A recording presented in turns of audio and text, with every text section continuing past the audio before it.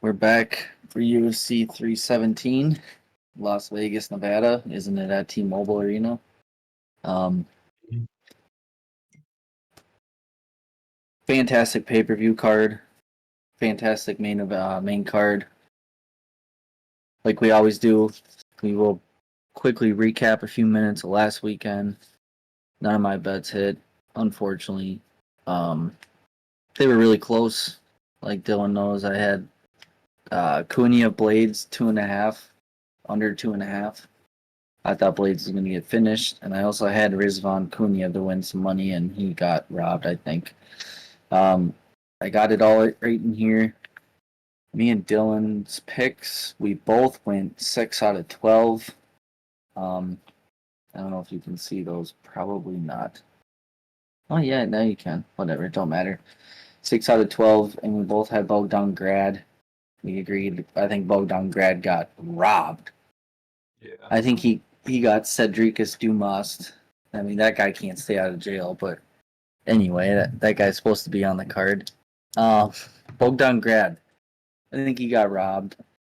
And I think Rizvan Cunha also got robbed. And those are my two biggest underdogs. I want to take a second there.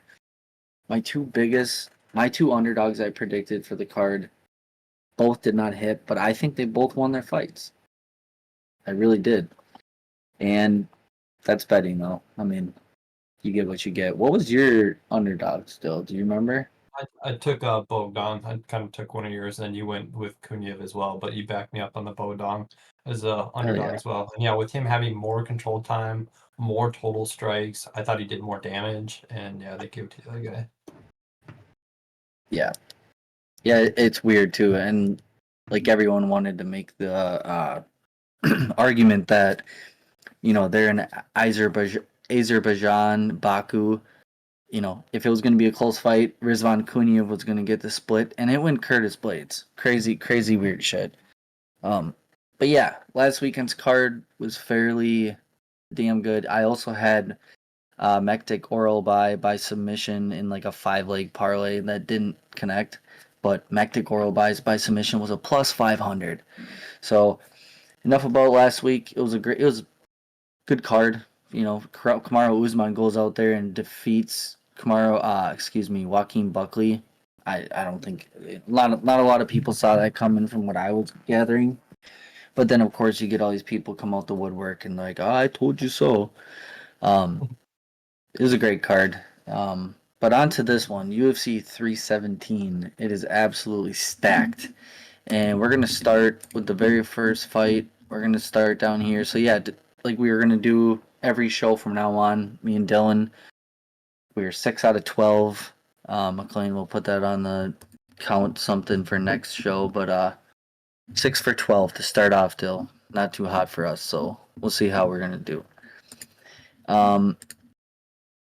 So first for this card, we got Jackson Mcvey. We're on Tapology, McLean. Is that what you got? Jackson Mcvey versus Christopher Ewert. So this is a middleweight fight, and what's funny about this is originally they didn't even really have this fight scheduled. They didn't even have Cedricus Dumas.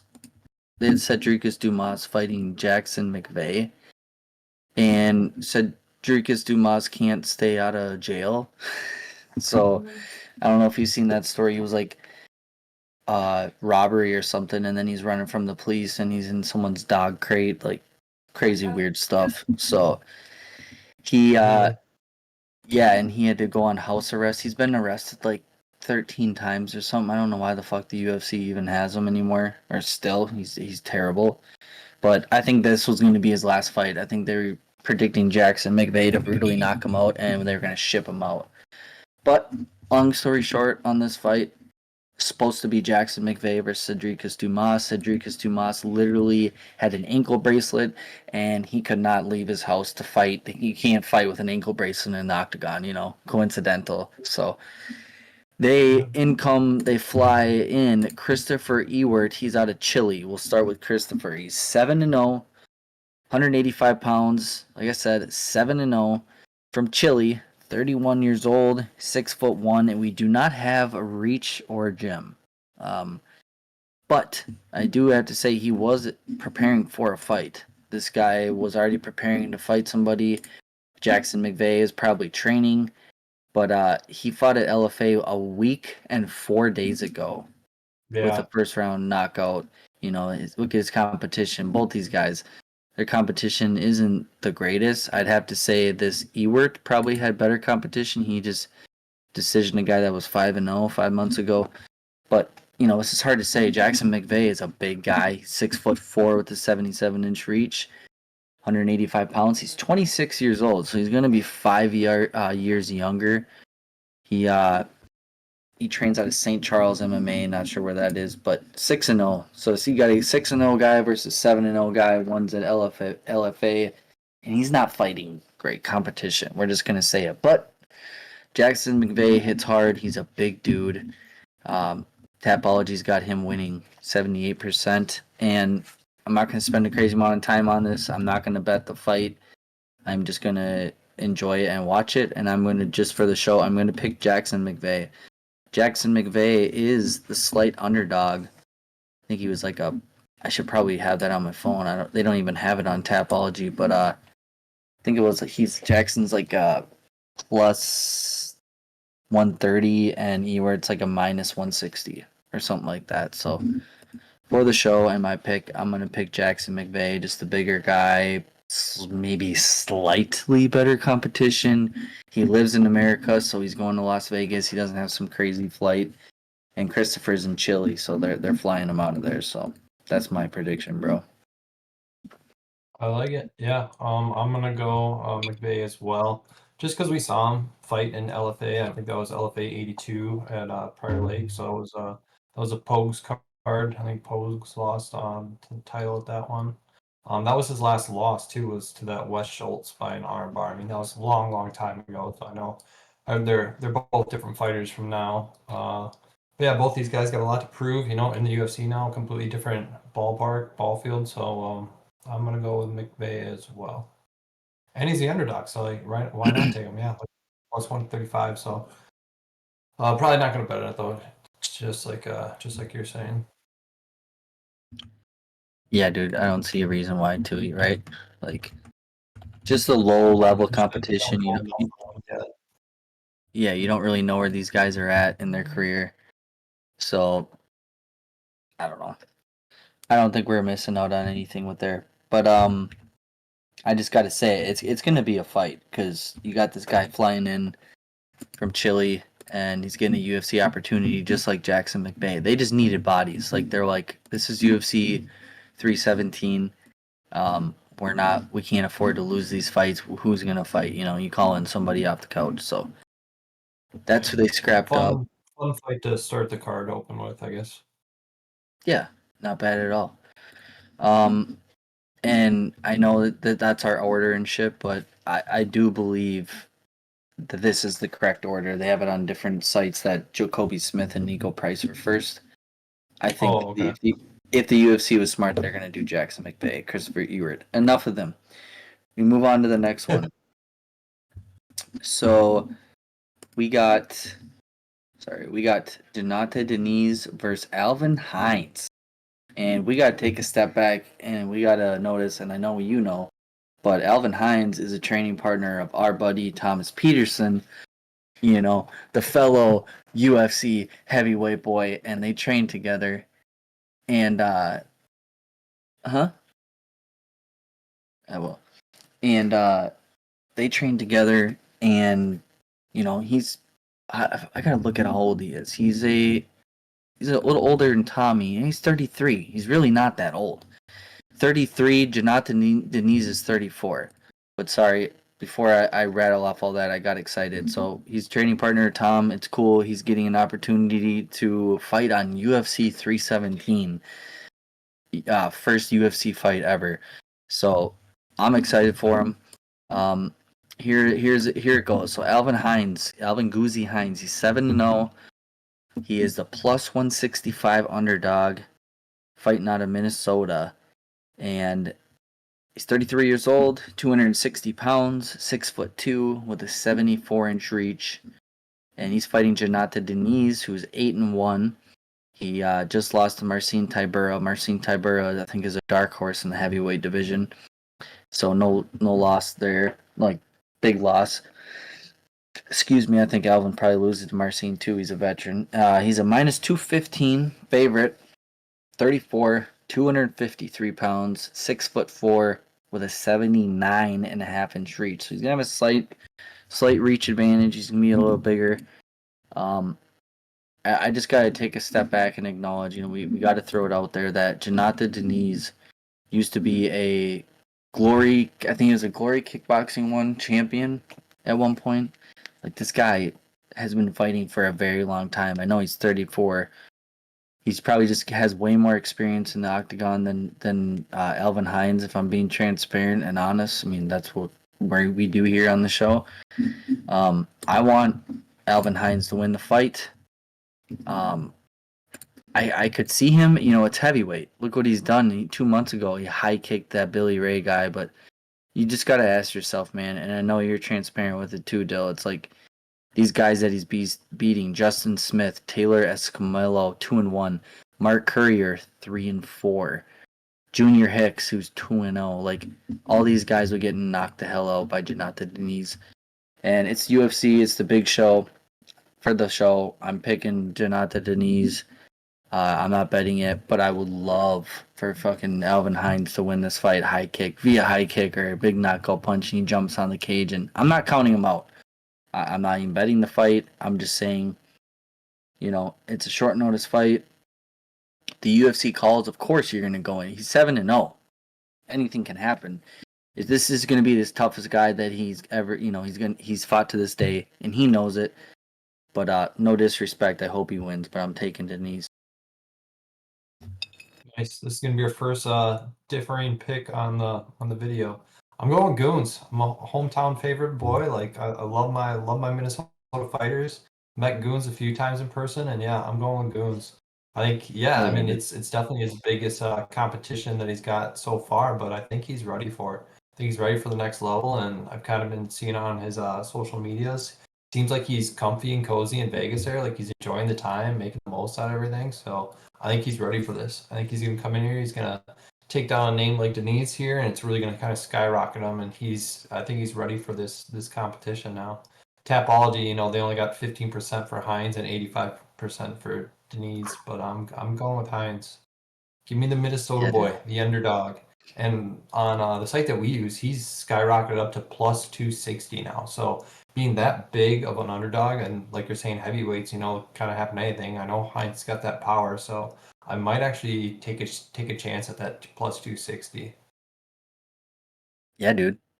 I like it. And like you just said, heavyweight is probably, I'm not going to say the most violent weight class in the UFC. It's probably, lightweights and everyone are knocking each other out, but all it takes is one from a heavyweight. So a nice place head kick or a punch in the liver, the chin, or uppercut from Guzzi. I would love to see him knock out Jhonata Diniz out cold. And that would be a huge feather in his cap, because that guy is a hell of a, he's a striker. When he gets going, dude, my only thing, Jhonata Diniz has a great straight down the middle, and he does have a really good body kick. And I just, unfortunately, Guzzi's good, but I feel like he keeps his head on the center line, and I think Diniz is gonna be really fast. That's where I see it, straight down the middle or something to the body, or a head kick. But I hope I'm wrong. I'm just saying for the show, we got to rattle up these picks. I'm trying to go 12 for 12. Yeah. So it's gonna be a good fight. That's gonna be his biggest problem to try to solve, is that straight jab coming with that extra reach right down the middle. He's gonna have to try to figure something out and solve that problem. Yeah, and I hope he does, man. Should we do a shot bet on this one, like a fireball or a beer or something? All right. Yeah, I'm down for that. Are you planning on coming over at some point, or maybe not now? Like, I know still you. don't know. It's kind of up in the air. Yeah, I would like to, but it's kind of up in the air. I don't know if I'll be able to sneak out or not. For sure. We'll have to do a shot bet on this fight then, or something. Perfect. All right. So that's that. Moving on, we got Niko Price versus Jacobe Smith for a welterweight fight. We got Niko Price, 16-8. He's a plus 800, huge underdog. 35 years old. He's really close to 36. So you might as well call him 36. 6 feet tall, 76-inch reach. And he is fighting your boy Jacobe Kobe Smith. And dude, this guy's coming out. I'll keep going, but minus 1400 favorite. He started off as. He's ballooned all the way up to a. I'm looking at a minus 2200 favorite. That's like Bo Nickel status when he was doing what he was doing in these last few fights. That won't happen ever again for him. But the probability, pretty much like 90, I think it's like 90 or 89% of the time they think he's going to win this fight. So that's crazy. Jacobe Smith, rightfully so, that big of a favorite. He's 29 years old, 5'10", 72-inch reach. So he's going to have a 4-inch reach disadvantage, and he's going to be 2 inches shorter. So he's going to be a little shorter than Niko Price, but I'm going to keep this short and quick, dude.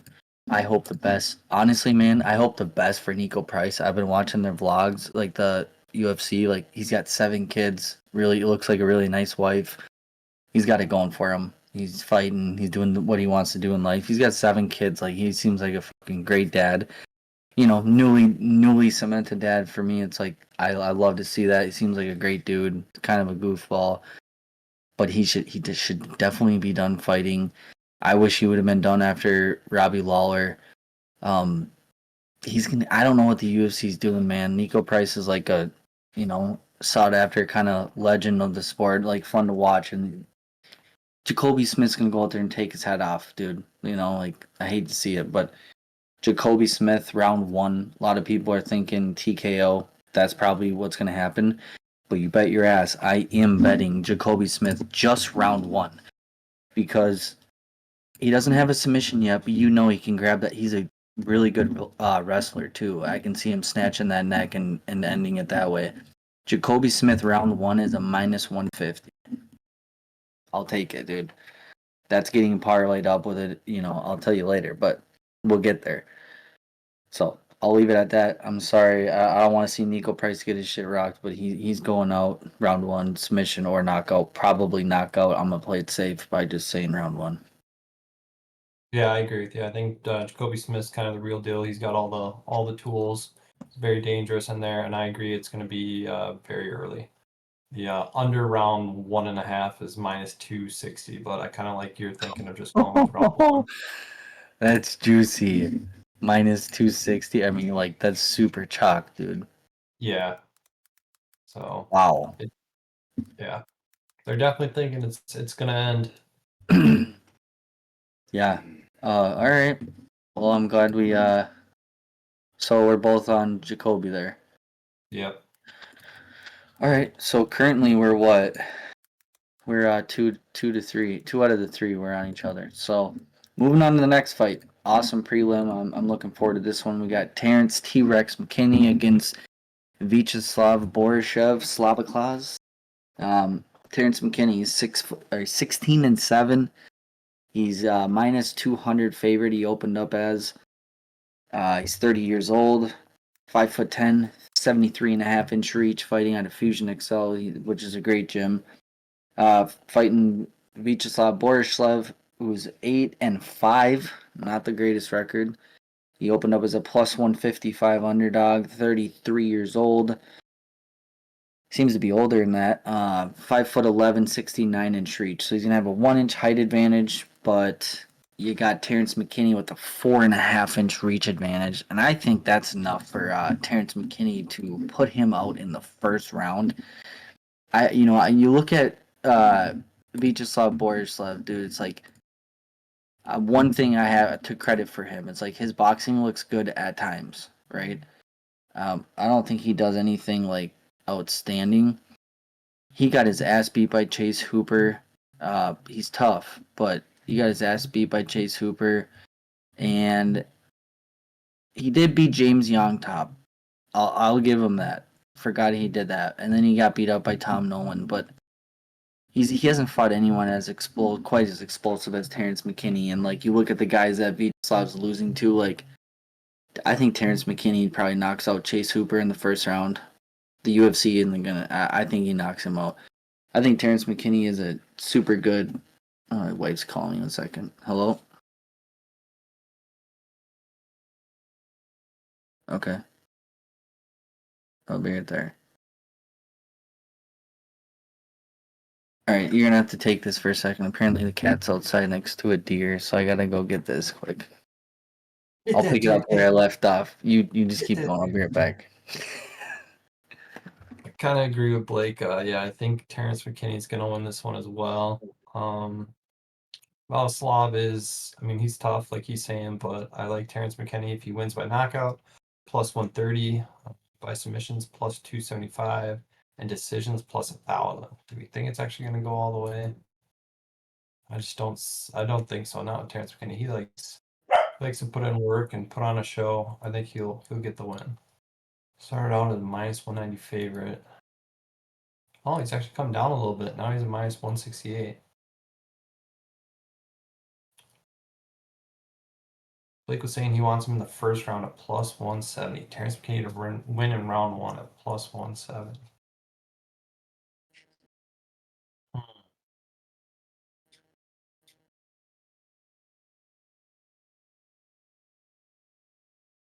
I like it. Yeah, it seems like the way that the money has this lined up, they're expecting violence as well. Over 1.5 rounds is plus 175. Will the fight go to distance? If it does go to distance, plus 500. Holy moly. Violence. They're looking for violence. I have to throw some money on Terrance McKinney too.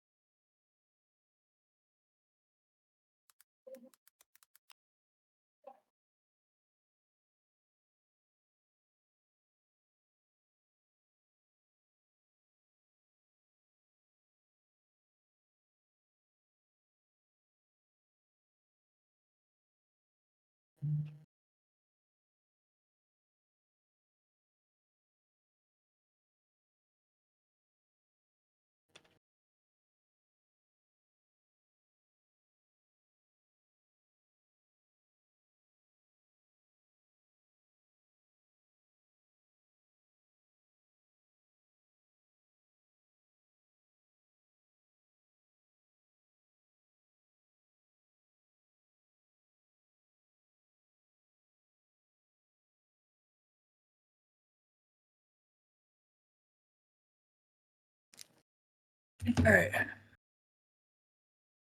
All right. Sorry, I'm back. You're all good. Did you break it down? A little Terrance? bit. Just kind of went a little further than you did, and yeah, I'm on the same page as Terrance McKinney as you. Yeah. I just wanted to say. Sorry, I got my little snack here. Only thing I really wanted to say, and then we can move on about it.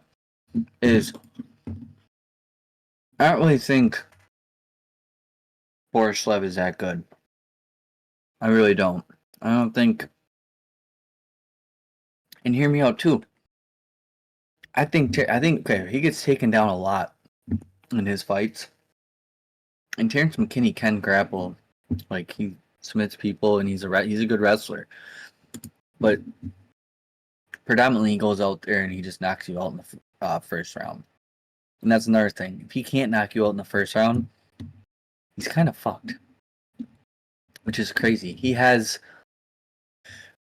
16 wins, and I believe 14 here. 1, 2, 3, 4, 5, 6, 7, 8, 9, 10, 11, 12, 13, 14, 15, 16 of those. One of those is amateur. So 15 of those are all by first round finish. Nuts. Like, I didn't even know that stat. I looked at that last night, and I'm like, I can't leave that out. So he has one knockout in the third round against, where did it go? Brandon Todd, which whatever. That was 2018. So he can knock you out, but man, I think Terrance McKinney, I don't think he's first round or bust. I think people play that narrative too much. I just think he's way better than Viacheslav Borshchev. I really do. So Yeah.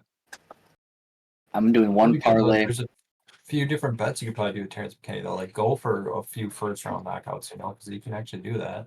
And then maybe just put him in, I don't know, a parlay or two. Mm-hmm.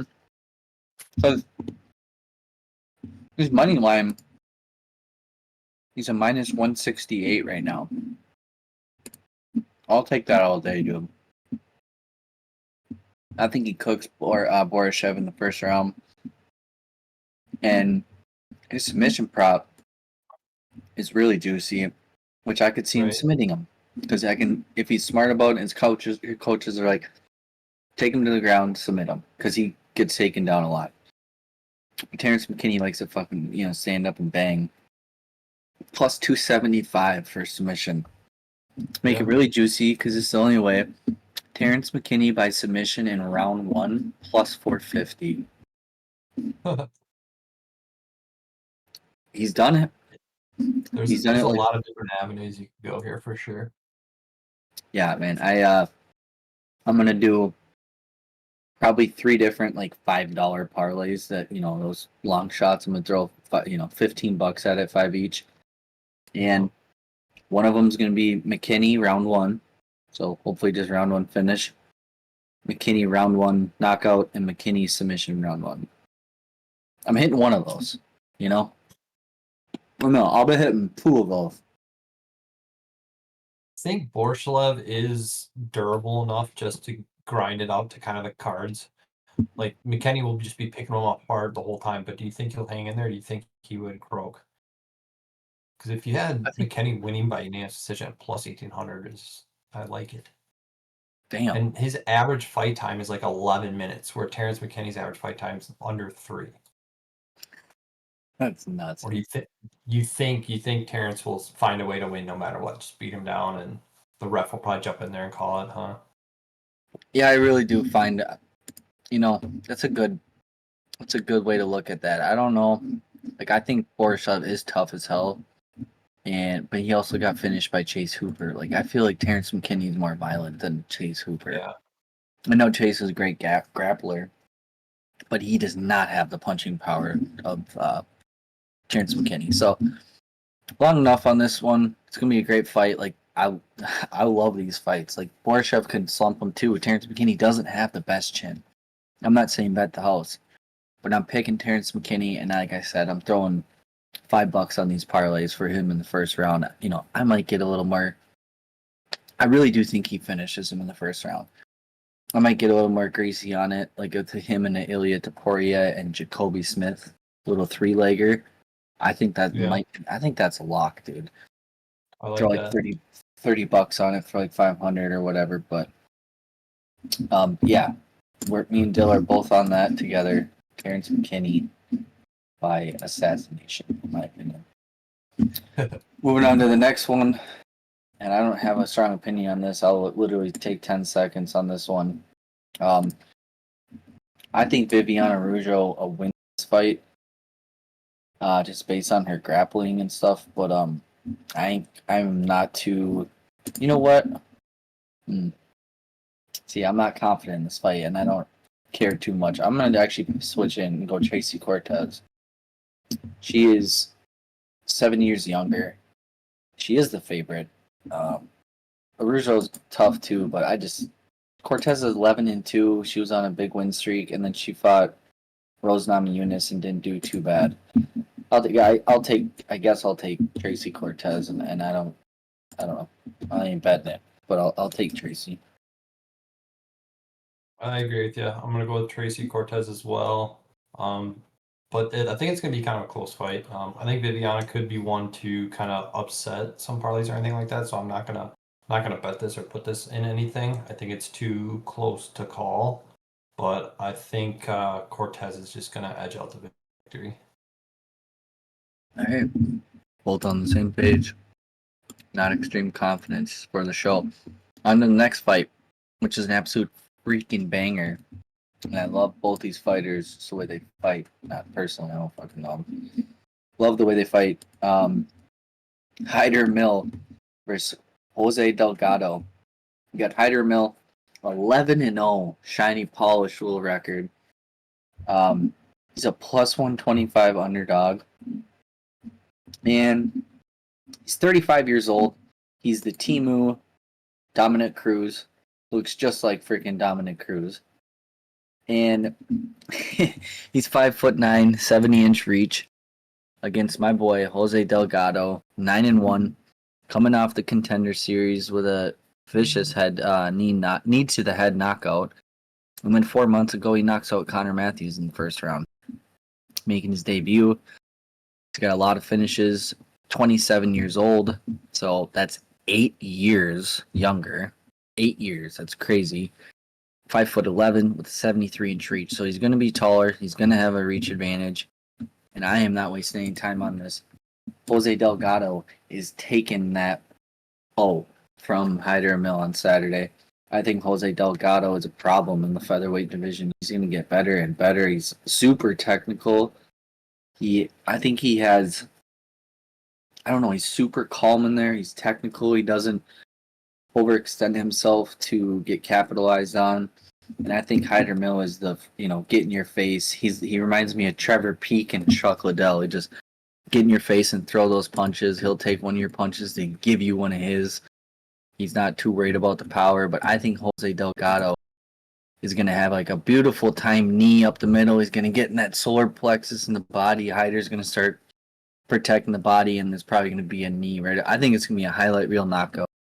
Also, I'm making a statement. Jose Delgado finishes him. Highlight reel knockout, or I shouldn't say finish him. Highlight reel knockout, highlight reel submission, or he just beats the shit out of him for 3 rounds. Give me Jose Delgado. And he's a favorite, but he's one of my locks of this card. Give me Jose Delgado. Very confident. Wow.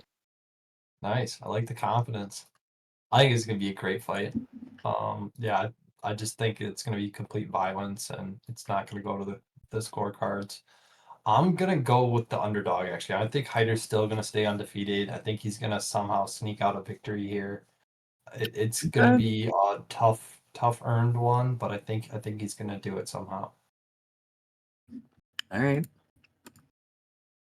And I got to say, a cool little stat. Jose Delgado's coming off of a 6-fight finish streak. He's on I think he's on like 8 or 9 fight winning streak, but 6 of those are by finish. And Hyder Mill, in his last 3 fights, he's finished 2 of those fights and almost finished William Gomez. That was such a fun fight. Split decision. People think William Gomez won. I think Hyder Mill won with more pressure. And I love like you said, it's going to be a great fight. I love Hyder Mill. I bet on Hyder Mill against Jung Young Lee. That was fucking chaos. It's going to be a great fight, dude. I just really think Jose Delgado It might be like one of the locks of the card. Like I just see it. Jose Delgado sits on the outside a lot, keeps him at his bay. He's technical. Hyder might rush in, and it's gonna be a war, man. All right, me and Dill are on the opposite sides there. All right, the featured prelim: Jack Hermansson versus Gregory Rodrigues. Excellent middleweight fight. We got Jack the Joker Hermansson, 24-8.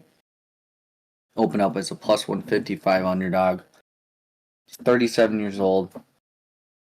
6'1", 77.5-inch reach, fighting Gregory, who's RoboCop, sorry. 16-6. Minus 185 favorite. 33 years old, which he kind of looks like he's 37. I think these guys are the same age. Tapology's lying to us. He's 6'3" with a 75-inch reach. So RoboCop's going to be taller, but he's going to have a slight reach disadvantage. And man, this fight kind of really has me like him and Han. This fight is one of my hardest capped handicap fights to predict. So with that being said, I want you to take this one first. I like Gregory. I think I'm gonna go with Gregory. He just, I don't know. He seems a little bit more. I don't know. It's gonna be close. Like all their stats are exactly the same. It seems like. I think Gregory's gonna get it somehow. The Brazilian's gonna overpower the Joker here. Yeah, it's. I don't like how confident Tapology is with Rodrigues KOing him though. I feel like he'd probably sub him more than he would KO him. And there's like 2,400 picks on there, so it's interesting to see what Tapology's thinking. Yeah, my gut's just telling me go with Gregory, so I'm gonna go with RoboCop. All right, He's younger. His last, I know, 33. I mean, the dude is a physical freak. He's scary. Yeah. He's on all the good vitamins. But I don't know, dude. His last fight, I had him against Jared Cannonier, and he was looking fantastic. I was going to win a bunch of money on a 5 or 6 leg parlay. I had Gregory Rodrigues in rounds 1, 2, or 3, and I think he dropped Cannonier in every round. And by the time that third round came, though, he was getting tired, dude. I mean, all that muscle and all that throwing, and I watched a little tape today on lunch break at work where I rewatched Cannonier and Rodrigues, and I was surprised with how much wrestling success Jared Cannonier actually had towards the end of the fight. He took out all his biggest punches, and Gregory got hit with a lot of shit. And Gregory's chin really isn't good, dude. He's been knocked out by Bruno Ferreira out cold. He's been knocked out by, I forget his name, out cold, and Jared Cannonier. He got knocked out pretty good. I think his chin is suspect. And I don't know, man. Jack Hermansson fight. It's been a year and 9 months. A year and 4 months. He hasn't been in the octagon. But his last win was against Joe Pyfer. Unanimous decision. 5-round main event fight. This fight is 3 rounds. If this fight was 5 rounds in a fight night, I'm taking Jack Hermansson all day. Because I think Gregory Rodrigues does have a hole in his cardio now. I've seen it, but man, that guy fucking hits hard. You have to withstand 10 to 15 minutes inside the octagon with him to, wear him out. So, all I'm saying though, you look at Joe Pyfer and Gregory Rodrigues. Who do you think's better? I'd have to Joe Pyfer. And Jack Hermansson nullified Joe Pyfer's power and all the things. He knew he was going to. Joe Pyfer's, I watched his last fight against Kelvin Gastelum. He kind of loads up just with that right hand. He just wants to hit you with that right hand. And you can see it coming a mile away. An experienced guy like Jack Hermansson, who's fought a lot of the top guys, knows that's coming. And Gregory Rodrigues kind of reminds me of Joe Pyfer where he wants to load up that right hander that left, and Jack might. I want to see him wrestle him because Jack Hermansson's ground game is really good. His submissions are slick. You know, he is 37. There's a lot of questions. He's 37. He hasn't fought in a year and 4 months. Where's his head at? Like, does he want to fight for a title again someday? Like, he's 37. Like, you know, and he needs to. I really hope he's aware, which I'm sure he is. He's an experienced veteran, that he's going up against a massive power puncher in Gregory Rodrigues, and I want him to grapple early and often, wear out Gregory Rodrigues, get all that lactic acid build up in his blood and his muscles, and make him wear his own weight and tire him out. You know, unanimous decision or not, you know, he could go for subs too. He's nasty on the ground, dude. He's submitted a lot of good guys on the ground, so you know, I don't know where I'm going to go with this fight. I know where I am, but if I had to make the pick, and I told myself every week that I get really close to winning and I lose, is oftentimes more than not, I need to go with the wrestler. And I know I usually do in MMA. So when a fight's this close, all the value, the plus money, I think he's a slightly more experienced, and he's a way better grappler in Jack Hermansson. I'm going to take the underdog in Jack Hermansson on here, just based on value and principle and like clear path to victory. Yeah, Jack is 37. He can get knocked out cold by Greg Rodrigues, but I think Joe Pyfer hits harder, and Jack survived 5 rounds with him. I know MMA math doesn't add up, but for that, you know, he's an underdog and shit. I might have to throw a little money on him, like a Jack Hermansson money line and like Ilia Topuria and Jacobe Smith round 1. That might be a nice one. You know what? I like the way you're visualizing it there and just seeing if he can weather the storm, you know, through the beginning and take him down, like you're saying, grapple and just kind of put that body weight on him. If he does wrestle with him a lot and gets him in a sneaky spot, I mean, Jack Hermansson by sub is plus 1,800. Plus 1,800? Yeah, could be a possibility. Why is that so high, dude? Right? Like that seems like the most clear path to victory, right? Like, why is that so high? From the way you were breaking it down, it makes it seem like it's very, very doable, very logical. Because if he is a smart fighter, and I feel like no discredit to RoboCop, you know, sometimes I just feel like he's not the greatest IQ in there. Like sometimes he doesn't see the finish when it's right there in front of him. So like, yeah, this Hermansson, you know, if he can be pulling out some of those veteran moves and weather that storm in the first round and then able to put some body weight on him, I don't know, man. It's gonna be close. Yeah, it's gonna be a great fight, and I like that narrative because I don't know, dude. You just go back and you look at all their shit and their resume. Like, you know, Jack Hermansson lost to Jared Cannonier, 2019. You know, that was a long time ago. But he also guillotine chokes. You know, Gerald Mearshart. He unanimous decisions Ronaldo Souza, knocks out Kelvin Gastelum. Unanimous decisions the shit out of Edmund Shabazian. Kind of reminds me of Gregory Rodrigues. Same thing to Chris Curtis, and then he does the same thing to Joe Pyfer. Like, he's just a sneaky guy. He grappled with Khamzat Chimaev in a that Khamzat ragdolled him the first round, but he didn't get him out of there.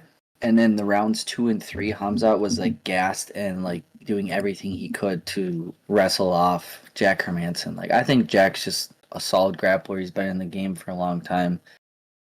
And plus 1,800 on the submission, dude. That's wild. I'm gonna have to take a little stab at that because why not? I can see it. I just want to say I cooked up this 4-legger while you're doing that. Jack Hermansson money line, Ilia Topuria money line, Jacobe Smith round 1 minus 152, and then it's the next fight up. Perfect segue. We got to do underdogs of the motherfucking card. Payton Talbott at a plus 158. Give me Payton Talbott at a plus 158. That's a 4-leg parlay. 3 money lines and a guaranteed free square Jacobe Smith round 1 finish. That's a plus 1,394 for 4-leg parlay. Nice. I'm sorry. Yeah. I just cooked that up, dude, like on the spot in my mind. I'm like, everything right there sounds so right. Like, I don't even have to guarantee an Ilya Topuria finish, which is probably going to happen. But moneyline, Ilya Topuria? Come on, dude. But yeah. the only one that scares me a little bit is the Jack Hermansson. You know? Yeah, I like it. He's got to weather the storm. He's got to weather the first round storm. We'll see what I can cook up. Maybe I'll move. All right. Since we're on it, I'll take off Jack Hermansson, put in Jose Delgado, money line. It's a plus 737, so it dropped decent amount. I'm sorry. We'll throw in Terrance McKinney too. We're right back to that plus 1300. So I made it a 5-legger. I took out Jack Hermansson and I added Jose Delgado. McKinney, dude. I really like that. I think I might be locking that shit in. But anyway, enough on that fight. That fight's gonna be great. Hermansson and Rodrigues, I really do. I look forward to that fight. It's gonna be awesome. And both these guys are getting a little long in the tooth. Gregor Rodrigues, I just gotta say one last thing. We'll move on. Gregor Rodrigues, we have to agree, has a far more worse chin, right? I think so. He's been knocked out a lot, but I think he's the far better striker. I don't think Jack Hermansson going to go in there for 15 minutes and strike with this guy. If he does, he's cooked and he needs to retire. If his mind is where it usually is, and he can, he knows where the dude's weakness is, it's wrestle. That's my opinion. So I got to take him for that reason, for that dog. So, all right, we'll move on to the main card. Like I said, my underdog of the freaking card, guys, Payton Talbott. People must have forgot Hani Barcelos was a beast, but we got Payton Talbott, 9-1, plus 145 underdog. He opened up as.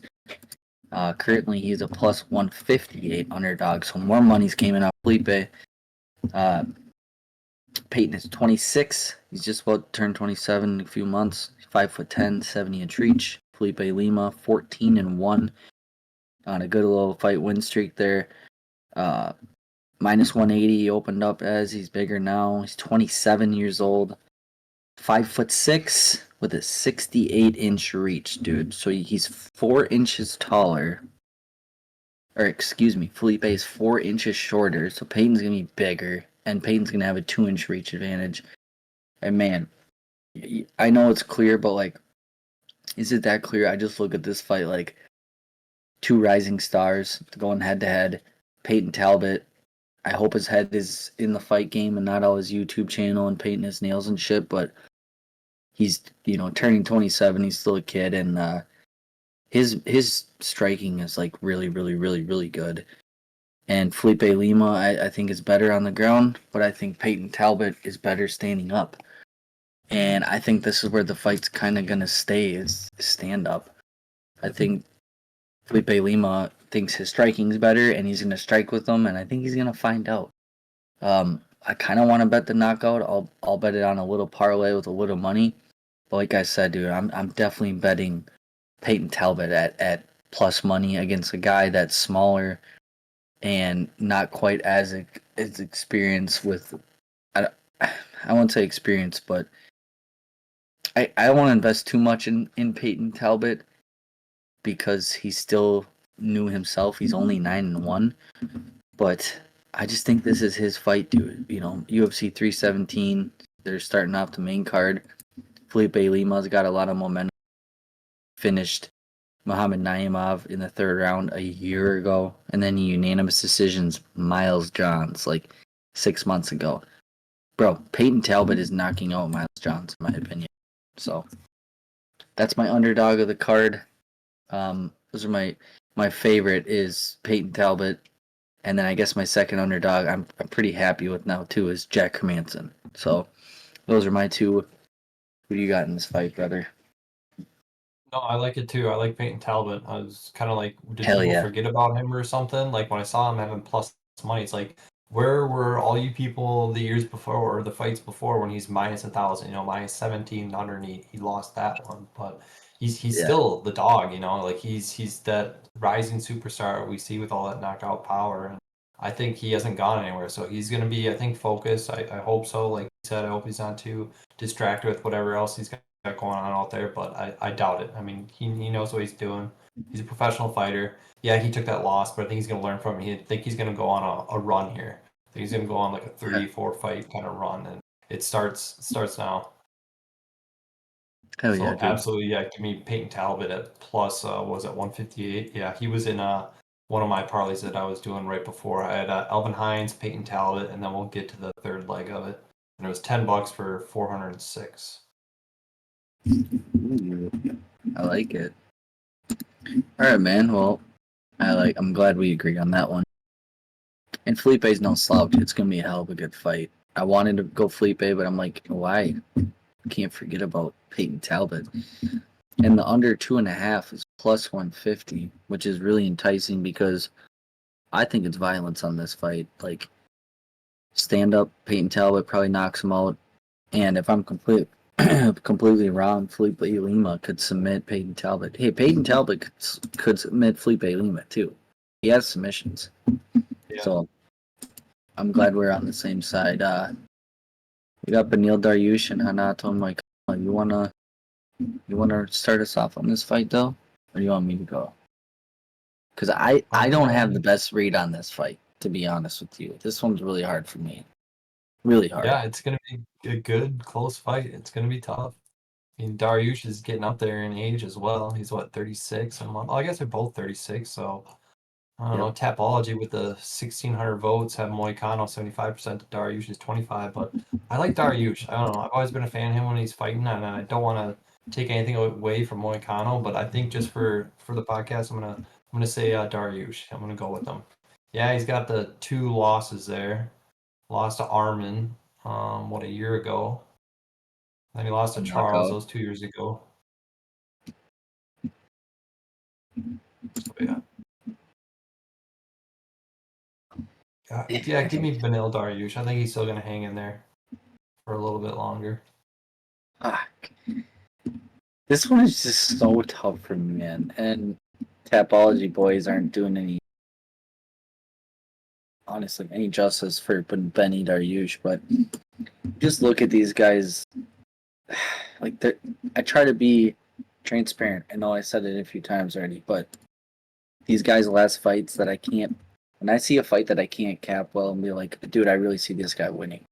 And if I'm not confident, just roll with it.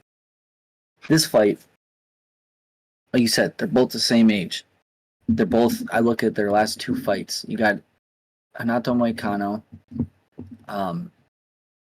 fought Benoit Saint-Denis. He was an underdog. And a lot of people thought he was going to lose. He fucking beat the brakes off of Benoit Saint-Denis in France or Paris, wherever he's from, and did not get a performance bonus. Like, enough people aren't talking about that. And that was bullshit. He beat the brakes off of him, and UFC didn't give him a bonus. It was disgusting. And then, but they made it right. Renato was supposed to fight Beneil Dariush 5 months ago. Armin Sarukian hurts his back. He gets pulled out of the lightweight fight for the belt.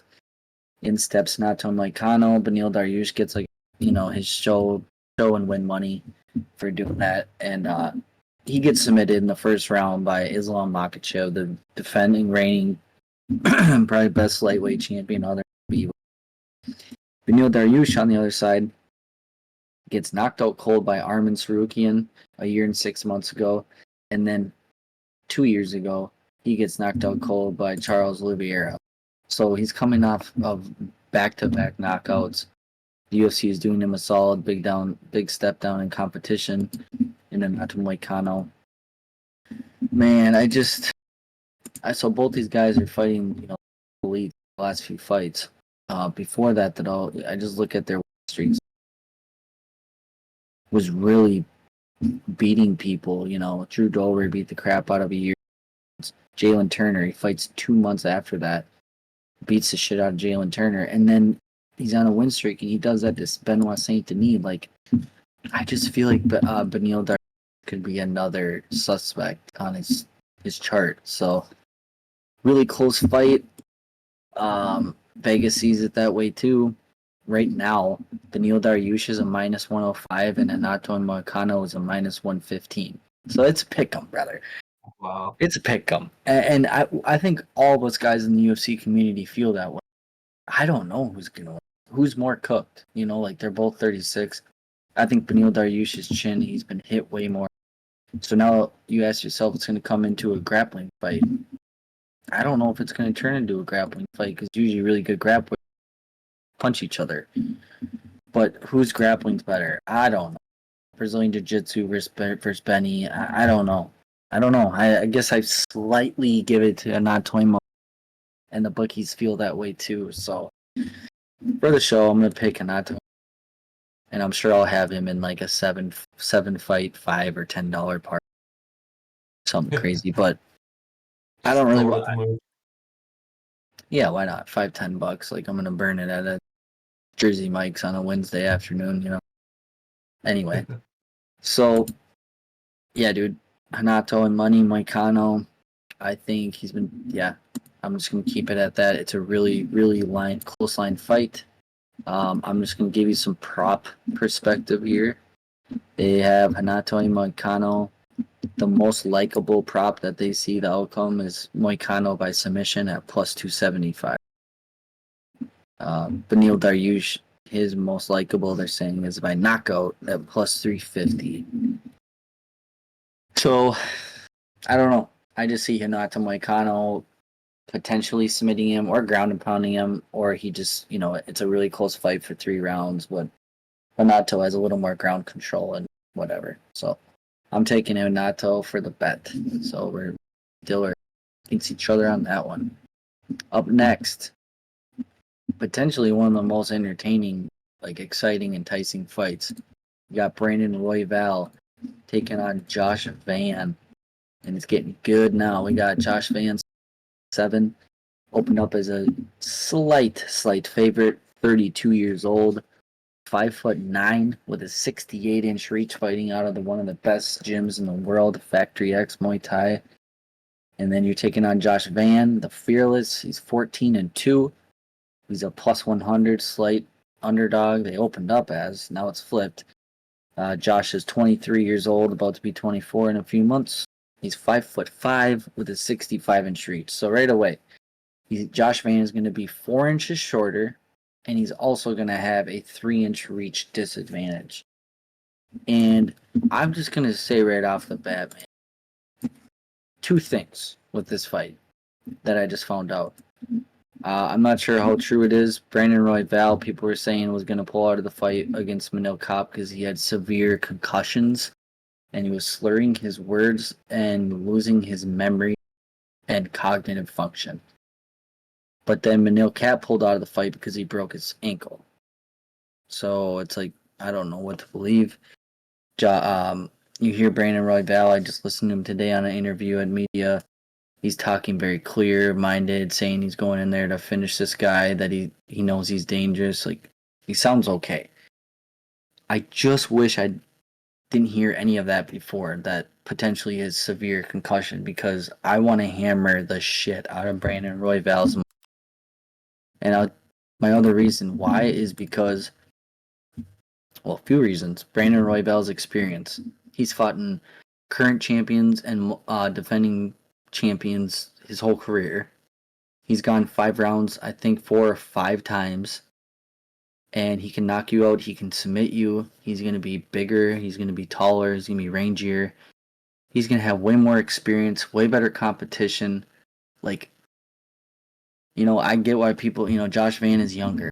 Okay, cool. But you throw Charles Johnson, who knocked out Josh Van out cold in the 3rd round with an uppercut. Charles Johnson, a year or whatever ago, he fought Josh Van. Charles Johnson versus Brandon Royval. Who do you think wins that fight? You know what I mean? And I think Brandon Royval finishes him too. And now you got Josh Van on a pretty good win streak, but he's going up against like Bruno Silva and or not Bruno Silva, whatever the hell his name was, but these guys, Brandon Royval is going to finish those guys. I think the UFC, they're looking for a star in that division, and Josh Mann is. I think they're pushing him a little too quick, and I think if they're like, well, if he loses, he'll be back in 5 to 6 months. This kid fights all the time. He's 23. We're not letting him go, but man, it just scares me with Brandon Royval with the severe concussion and slurring words and shit. It makes me really, really hesitant. I have to read up on interviews and look at his stuff more and go into depth because I don't want any issue. If he has any chin issues or something going on in his head and he gets tagged, or he's never going to quit in a fight. Brandon Royval is the most game flyweight there is. And I gained a lot of respect for him when I bet against him when I had, I bet Tatsuro Taira. And I learned quick. Dude, he had like 242 total strikes or some shit. All his fights, volume is nasty good. So, yeah. If in a perfect world, Brandon Royval should smoke this guy. But if he has any health issues and severe concussions and shit, he's probably he could get boinked on the head and get knocked out. I just, the betting line kind of implies that too. Like the betting line is a pick'em. How do you see this fight as a pick'em? What has Josh Van done? Has he fought anyone in the top 5? No. What do you think you'd do if you fought Brandon Moreno and Alexandro Pantoja right now? He'd get fucking walked through. I'm sorry, but he would. I don't know. So I'm scared about the whole severe concussions, but I'm gonna take Brandon Royval. I wish I could hammer a bunch of money for him. Maybe I will. I just need to look into it more because that shit worries me.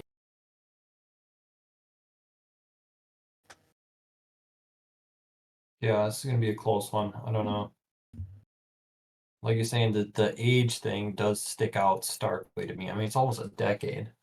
Like Josh Yeah. Van is so much younger, and every time they throw up that stat of like a fighter being 8 years younger, they have such a better chance of performing or whatever, knocking out. I don't know what it is, but yeah, Brandon, he definitely has more experience. Like you said, he's been in longer with better competition. They're trying to rise this new star, Josh Van, like you're saying. Royval, I just like you're saying, if there's any sort of hesitancy with him, like if he's got any sort of injury or anything like that, but I feel like he's always in. Like he's either fighting with an injury or after the fight he got an injury or something like that. Like the dude is kind of injury prone, but he always fights through it. He always seems to get a win somehow. Yeah. It's true, man. All right. Well, we're both taking Brandon Royval.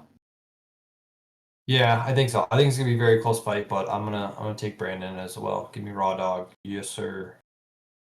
Sweet. And yeah, just Brandon Royval's 26 professional fights or 24 to Josh Van's 16. I think UFC's making a mistake trying to build Josh Van, but if he rises, Josh Van's going to near titles. It's going to be a fucking awesome flyweight fight, which means title. Alexandre Pantoja versus Kai Kara France. Don't blink, France. So sorry, the Cannibal versus Don't Blink. Pantoja, guys, I just gotta say he's on a 7-fight win streak, and he's fighting nothing but the best guys. He's a minus 270. He's 29-5. He's a minus 270 favorite. Opened up, 35 years old, 5'5" with a 68-inch reach. Training out of American Top Team. Kai Kara France is 25-11, so noticeably, more losses there. Plus 210 underdog. 32 years old, 5'4", with a 69-inch reach. So these guys are going to be very close in height and reach. And this is a rematch. These guys fought years and years and years ago. And Cara France is fighting out of City Kickboxing. And I just want to point this out. Tapology has Pantoja 90% to Kai Cara France's 10. That's surprising, man. I've heard a lot. Not a lot. I've heard several podcasts where people are taking Kai Kara France, and rightfully so. He's a dog, and you're getting him at dog odds pretty much every time he fights. Look what he did to Steve Erceg. Put him all cold. Man, 90%, that's crazy. And I do agree with Tapology. I think Alejandro Pantoja is one of the pound for pound better fighters in the UFC. This guy is a beast. It's just because he's at 120. If he had 20 more pounds of muscle on his body, or 25, he'd be a huge star. It's just because he's a 125er. He fights like he is the contender fighting for the belt every time. He'll go to war with you, but his grappling is superior, and that's what really shines out. And Kai France has been knocked out, I think, 3 times. He's been submitted. The clear path to victory is submission for Alejandro Pantoja. But Kai France's takedown defense is solid. So that's what makes this fight so interesting. It is a 5-round fight, though, too. I just feel like if this fight, this might be a hot topic, or a hot take. People are talking if Pantoja doesn't get him out of there in the first 3 rounds, that he gasses out all the time. And I'm like, I haven't seen it. He's usually always gripping on the neck, and I don't know, man. I see Pantoja. I don't see Kai I see Pantoja striking, and then eventually, I'm just gonna take you down and ride, and probably submitting him. I could see him submitting him. If not, it's gonna be unanimous decision. But he's fighting way better guys, dude. Submits Alex Perez his last 5 fights. Split to Brandon Moreno. Unanimous against Brandon Royval. Unanimous against Steve Erceg. And then he chokes out Kai Askura 6 months ago. They flew him in from fucking Korea because there was no one for him to fight anymore. And he's a tough dude, but yeah. I got Alexander Pantoja. Kai France is dangerous. Give me Pantoja and still. Yeah, I agree. I think he's going to defend it for the 4th time now. If he gets this win, this will be his 4th successful defense. So yeah, give me Pantoja as well. And I like your pick there of Pantoja by unanimous decision at plus 235. I think that is I think that's a juicy way to go. I mean, his average fight time, Pantoja, is 12 minutes and 40 seconds, where Kai Francis is 12 minutes and 20 seconds. So if you're going that late into the round, I feel like it's going to probably go to the judges' scorecards. I think they're all gonna pretty much see the fight the same way. Yeah, man. I just know one thing. I hope Pantoja. I mean, he fights. He puts on a show all the time. He's not just going out there and humping your leg and wrestling you. He's gonna box with Kai France. I just hope he doesn't fall in love with it too much, because Kai France can one punch from him and he knocks you out. He contains some power that not a lot of people in the flyweight division. He knocks out Cody Garbrandt, which doesn't take too much nowadays, but what he did to Steve Erceg next, you want one of those mangy dogs that has that power with solid takedown defense. He has both of them, so it makes him very bettable from a value perspective on an underdog. But his weakness is getting taken down, and he's been. If those guys can do it, Pantoja can definitely do it. And a lot of people you hear talk about, like Brandon Oliveira talks about it, that Pantoja, he's rolled with him, and Pantoja's grip when he gets on your neck, and apparently he's a motherfucker to get off, and he stays on your neck. And give me Pantoja. All right, me and Dill are on the same side of there. And last but certainly not least, we got the main event, one of the most anticipated fights for a lot of people, including myself. Man, oh man, oh man. Here we are, Saturday. El Matador Topuria, 16-0, a minus 420 heavy favorite, fighting for the vacant lightweight title. 28 years old only, which is nuts. 5'7", with a 69-inch reach, taking on Charles Dubronx Oliveira, 35-10, plus 320 underdog. He opened up as sad, fighting for the vacant lightweight title. 35 years old, soon to be 36 in a few months. Fucking sad to see. 5'10", 74-inch reach. So noticeably, he's going to be 3 inches, potentially 4 inches taller. He might be 5'11". with a 5-inch reach advantage on Ilya Topuria. And a lot of people don't realize that, up because he is predominantly for featherweight. He's smaller than I do. Packs so much in his punches and he's so technical. But Charles is going to be taller. He's going to be longer. He's going to be bigger than Ilya Topuria. Give me Charles Oliveira as the underdog. No, I'm just kidding. I'm just kidding. I'm going Ilya, dude. I hate to say it. Charles has been my boy. I've made money on Charles, dude, when he submitted Justin Gaethje, when he submitted Dustin Poirier, and the most I made when he submitted Michael Chan. No, he knocked out Mike. Charles really has made his second of that wave in his career, and he's been so fun to watch. And he's got 35 wins and 31 finishes. Nuts, dude. Look at his Tapology shit. It's just nuts. Because he got 10 knockouts and 21 submissions. It's frightening as hell, dude. But he hasn't finished anyone. The last time the last time he has finished anyone is Beneil Dariush in 2023. Great fight against Arman Tsarukyan. This fight is just spectacular. The writing's on the wall. You got a guy that's 7 years younger and Ilya who's knocking out both of the cemented greats, featherweights of all time, and Volkanovski and Max Holloway. And he said, I'm going to go out there. He's like, Max Holloway has the best chin in the UFC. I'm going to knock him out in the second round. And he goes out there and knocks him out in the second round. And bad. These guys get hit by, he's got the best body work in the fucking UFC. His body punches are so nasty and he digs into the liver so hard that you're you're just like, oh my god, I need to protect that. And then he's back up to your chin and you're waking up oh, I'm not the champ anymore. So he's been very vocal, Charles Oliveira, in the first round, and then says, I might submit him too. And it's damn, dude, can you imagine him submitting Charles Oliveira? He might be shoot up to the number one pound for pound rankings and then call out Islam. And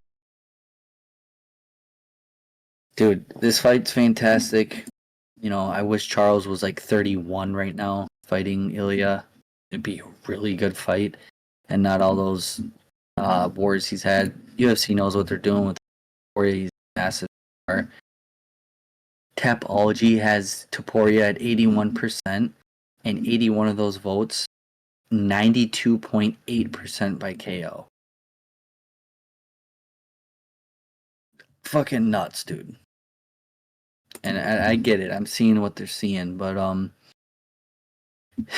don't know, man. Just hear me out a second to make an underdog statement for the guys that do want to pick Charles.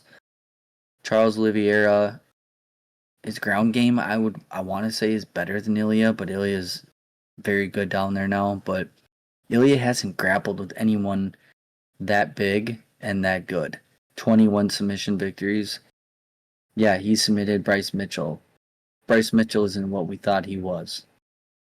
He really isn't. Bryce Mitchell's moving down to bantamweight now. Yeah, Ilya had to move up. Ilya can't move down to bantamweight, so I don't know, man. I see if Ilya can't get his hands working really well and he's getting kind of tagged up and Charles is doing those teeps to the body and he's wearing on the body and he's throwing knees to the body and elbows, he fights like Muay Thai now. My only thing is Charles Oliveira keeps the head up a lot, kind of keeps the chin up in the air. And Ilya, look at his last few fights. He just finds the chin on the best guys in the world. And my only thing is, I could see him submitting Charles Oliveira. He drops him. Charles goes to get a sloppy get up, and he just fucking grabs the neck and wrenches it. Ilya Topuria is a lightweight champion via guillotine. Charles Oliveira, shock the world, dude, again, right? But, I think Ilya wins. I told you my parlay there. I am going to pick him in a money line, which is fantastic. -500 is humongous. I wish it was like minus 300. I think it should be like -3 to minus 250. The odds don't suggest how close this fight could be. Because you look at Ilya's last fight against, or his second to last against Volk, he lost the first round. And then he came back and slumped Volk in the second. And it was a really close fight against Max Holloway in the first round. So he kind of starts slow. Bovada suggests, 1, 2, or 3. And so did, what the hell is his other channel? That one guy. Doesn't matter. I can't remember right now. But I'm trying to find the narrative on like how Ilya is going to finish this fight. I got to pick the rounds, dude. Round 2, 3, or 4 by knockout is it got some value on there. I don't finishes Charles Oliveira on the first round. If he does, man, it's fucking crazy. But I just don't see it. Charles has been fighting the best guys, and he always gets dropped back up. I mean, can he get back up from Ilya's, though? I don't know. Michael Chandler hits hard as a truck, too, when they fought. So, Ilya by knockout in rounds 2, 3, or 4 is plus 210. And if I remember right, I got like a plus 230 by knockout when I bet Ilya against Alexander Volkanovski when I won like $2,500 that night. I got him for right around that same price, but that was a knockout prop. Now I'm picking rounds, and the bookies have picked up on how good Ilya is. He's probably going to knock him out. It's all right, guess what round? There's a stat out there somewhere that most UFC fights get stopped in the second round. The first round, the opponents feel each other out. They don't want to get knocked out, and then they start engaging halfway through it. The adrenaline finally goes. They're both more comfortable in the second round. They're both prone to getting knocked out. There's a stat. Second round is typically when fights get finished. And then you got some freak like Terrance McKinney, who's 15 out of his 16 wins are in the first round. So it's not always true, but for my final thing, give me Ilya Topuria. He's going to win this fight. But for a little sneaky prop bet, hopefully we can come back to on Sunday or Monday whenever we make Ilya Topuria by knockout in rounds 2, 3, or 4 at plus 210. I like it. Yeah, him carrying that extra weight too, and I don't think he's gonna look any step slower. He's gonna be just as fast as what we saw him before, so he's gonna be looking really good in there. He's gonna be sharp. I mean, yeah, He'd be more powerful, bro. I don't know. Like you said, carrying more weight, 10 more pounds. Yeah, Scary. he's gonna look sharp. His takedown defense too is at 92%. I think it's got to be the highest or darn near close to the highest in the UFC. Like, no one's ever really taken him down at all. Charles isn't really one to wrestle to take you down. It's like clinch grapple you and maybe pull guard, or you just I can't wait for it to climb up your back a little bit or something and sneak in a body triangle and lock the neck up. But no, give me him. I want Charles. I'm gonna be one of those people. I think Charles still has got a little bit of juice left in the tank. Shit. I think he's gonna get it done somehow. I don't know how it's gonna happen, but really? I think Ilya's gonna screw up somewhere, and Charles his lankiness is gonna get the best of him. And yeah, I really think so, dude. Ilya's gonna get his first loss. Come Saturday, you watch it. He's getting his first loss, and it's happening from Dubronx. I don't know, brother. No, yeah. I don't hate it. I love that you're going Charlie O. I'm just like, dude, I would personally come over to your house and kiss you on the mouth if you hit that bet. Free mouth hug from Blake coming up. So that's also part of my parlay. I got Alvin Hines, Payton Talbott, and Charles Oliveira. $10 to win 406. Wait. Can you say that again, please? Alvin Hines, Payton Talbott, and Charles Oliveira. Just all money lines for $10. You win 406. I like it, dude. Payton Talbott's cashing. Alvin Hines might be your greasiest one. Like, your balls are sweating. No, hear me Charles out. Might be. Yeah, but 21 finishes, most decorated finisher in UFC history. You don't have to worry about him not showing up. You're gonna have, first of all, Yeah, sorry, 31 finishes. You got Alvin Hines. If he pulls through, that's a big underdog. You're like, okay. Now you're waiting on Payton Talbott. That's probably happening. And then you're gonna have to wait for the last night. You're gonna have to Right? wait for Just Ilya sweat it Topuria out. not to body shot him and hook him over the fucking head and make us all depressed. If Charles Oliveira fucking gets knocked out cold by Ilya, there's gonna be not one, two, but three reels. Volk, Holloway, and Charles, the most loved three guys in the whole UFC, getting sent to the third row by Ilya. El I don't know, Matador. man. I don't know what's in the water in Spain right now. Like him and Joel Alvarez, really good lightweight, massive power. I don't know, man. I like it. You're picking Charles Oliveira. Say it's like you said, Charles Oliveira's last fight against not Michael Chandler, but Arman Sarukian. He had a nasty guillotine on Arman Sarukian, like really fucking nasty. I was like, this is over. Oh my god! And I had sub prop, of course I did on Charles. This is over. It's over. Anyone else? I think Ilya taps out on that. Like I think Armin's super super flexible. You watch all his flexibility shit he does on his Instagram. Like, yeah. So long story short, Charles has got the nastiest sub games. He can crack hard, but I don't see him finishing Ilya by knockout. If you're gonna go by prop, I would take sub. Can he do a 5-round decision with Ilya? I don't think so, dude. I saw um clips of him and Michael Chandler the last time they fought. It was the 4th or 5th round, and they made that noise every time Michael chin. The noise, Flintstones, boink, and the video was edited. And it was like one to the chin, and then Michael faked to the body, hook to the head. He hit him like 4 times, and Charles was like just getting hit. Like if Ilya hits you 4 times clean to the chin, you're probably going nut night. That's all I gotta Yeah. say. It's So gonna be good. yeah, all right. Well, that was a great fucking card, guys. I will tally up our picks tonight. Send you the little notes who we got. I love doing that. So me and Dill both.